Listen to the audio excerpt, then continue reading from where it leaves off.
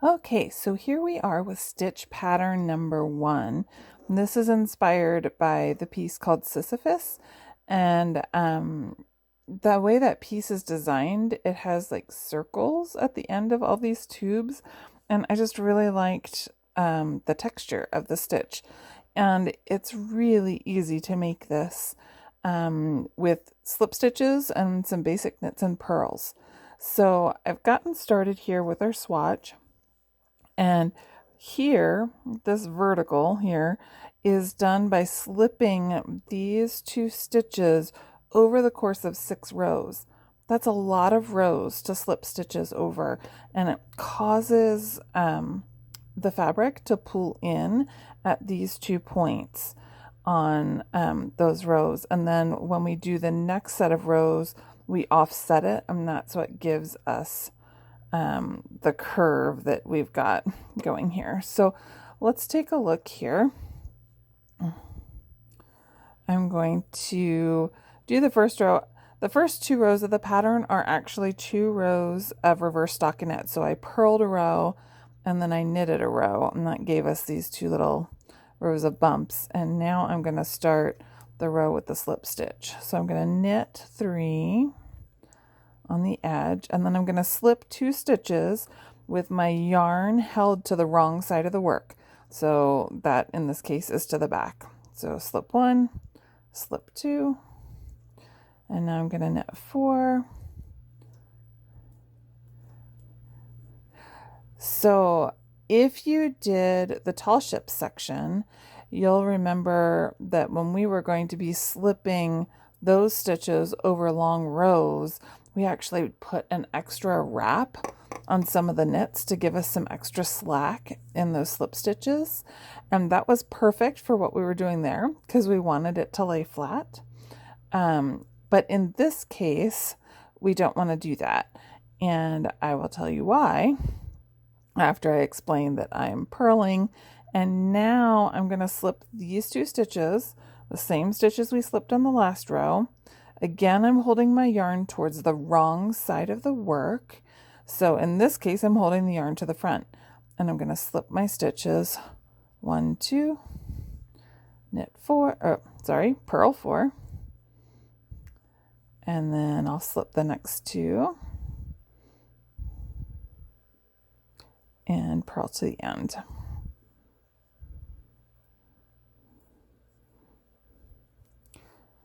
So as I was saying, because we want these stitches to pull in to give us this curved look, we're not going to add any slack. All right, so that was 2 rows down. We are going to do 4 more rows, exactly like the ones that we just did. And then you'll be able to see how it scrunches things up a little bit. So when I come to my stitches that I'm going to slip, on rare occasion, I'll slip both of those stitches together. But most of the time I slip them one at a time. And I do that because I feel like it gives me better tension. That could be just the way I am. But somehow I feel like if I slip these 2 together and go right on to the next one, that I don't know how to explain it. It just feels different. So I have chosen to slip one at a time. It's not bad if you slip them both at the same time.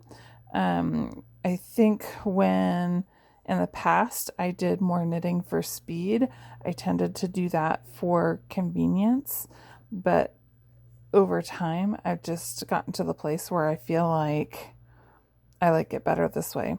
So I want to look at this kind of from the end. See if I can show you here. You can start to see that these 2 stitches that we've slipped kind of stand out a little bit, and these 2 here, and there's a little pocket developing back here as those knitted stitches kind of scrunch up towards the needle. 2 more rows, exactly like the last 2.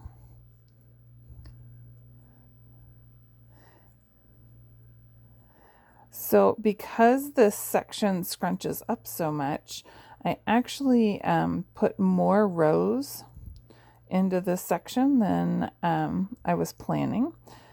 And the funny thing is that this section with 42 rows is going to be shorter than one of the other stitch patterns that I think only has 36 rows. So this is our last row where I'm slipping the stitches. And we'll take a look at how it's all scrunched up. And it loosens up a little bit once we do that reverse stockinette. But let's look and see how scrunchy it is at the moment. You can see, I think you can see, like I can't even pull this all the way down because these slipped stitches are really tight. If I look here at the edge, you can kind of get a feel for what the height of those 6 rows would normally be as compared to here. All right, so now 2 rows of reverse stockinette. So first we're going to purl a row. And as I'm purling, when I come to those slipped stitches, I can feel they're really tight. And that's okay. Then they loosen up once they're purled.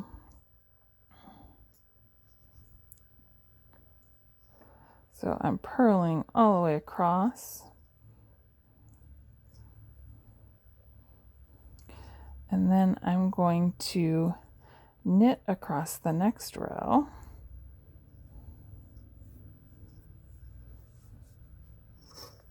And then we'll take a look at it again.